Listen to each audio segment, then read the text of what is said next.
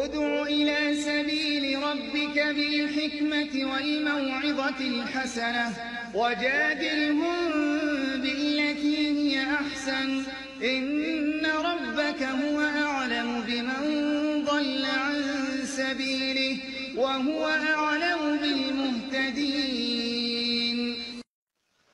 আসসালামু আলাইকুম ওয়া রাহমাতুল্লাহি ওয়া বারাকাতুহু। সাইফুল ইসলাম ভাই প্রশ্ন করেছেন মোবারকবাদ সম্পর্কে। জুমা মোবারক, রমজানুল মোবারক, এই যে সব কথাগুলো বলা হয়, তারপরে ঈদ মোবারক, শাহরি ইফতার মোবারক ইত্যাদি ইত্যাদি অনেক জায়গাতে মোবারক লাগানো হয়।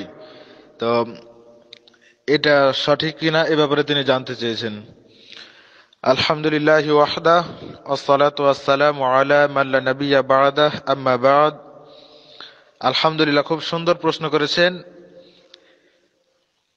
সম্মানিত শ্রোতা মণ্ডলী, আপনারা লক্ষ্য করবেন কোরআন এবং সহিহ হাদিসের মধ্যে এই শব্দগুলো নেই। এগুলো সব হচ্ছে বেদাতীদের বানানো, মানুষের বানানো। এগুলো কোরআন সুন্নাহর মধ্যে পাওয়া যায় না, এগুলো ব্যবহার করা যাবে না। উম্মুল মুমিনিন আয়েশা রাদিয়াল্লাহু তাআলা আনহা বলেছেন, রাসূল সাল্লাল্লাহু আলাইহি ওয়াসাল্লাম বলেছেন, মান আমিলা আমালান লাইসা আলাইহি আমরুনা ফাহুয়া রাদ্দুন। কেউ যদি এমন কোন আমল করে যা আমার শরীয়তের মধ্যে নেই, তাহলে তা প্রত্যাখ্যাত। সহিহ মুসলিমের 1718 নম্বর হাদিস।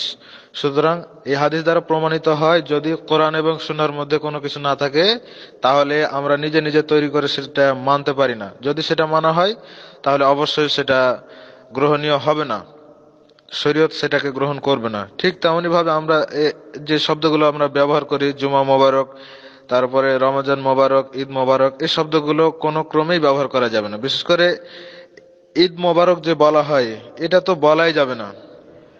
কারণ রাসূল সাল্লাল্লাহু আলাইহি ওয়াসাল্লামের সাহাবীগণ পরস্পরের সাক্ষাতে বলতেন, তাকাব্বালাল্লাহু মিন্না ওয়া মিনকুম, যে ঈদটাকে আল্লাহ তাআলা আমাদের এবং তোমাদের পক্ষ থেকে যেন কবুল করে নেন। এটা সাহাবীরা বলতেন। এখন আমরা নতুন করে যদি বানিয়ে নিই, তাহলে কিন্তু সেটা হবে না। যেটা কোরআন সুন্নাহতে পাওয়া যায় সেটাই আমাদেরকে মেনে চলার চেষ্টা করতে হবে। এর বাইরে কোনো কিছু মানলে সেটার জন্য অবশ্যই কিয়ামতের দিন জবাবদিহি করতে হবে। আশা করি সঠিক উত্তরটি পেয়েছেন। আসসালামু আলাইকুম ওয়া রাহমাতুল্লাহি ওয়া বারাকাতুহু।